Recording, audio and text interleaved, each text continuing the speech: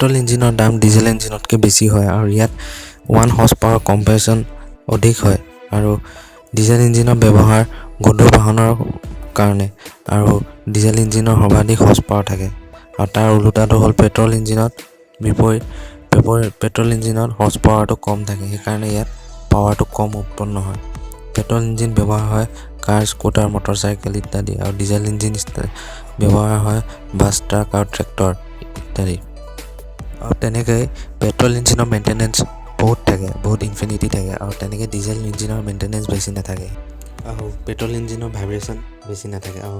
diesel ইঞ্জিনৰ vibration বহুত আৰু পেট্ৰল ইঞ্জিনত আমি স্পাৰ্ক প্লাগ ব্যৱহাৰ কৰোঁ আৰু তেনেকৈ ডিজেল ইঞ্জিনত ইগনিটৰ ফুয়েল ইনজেকশ্যন ব্যৱহাৰ হয়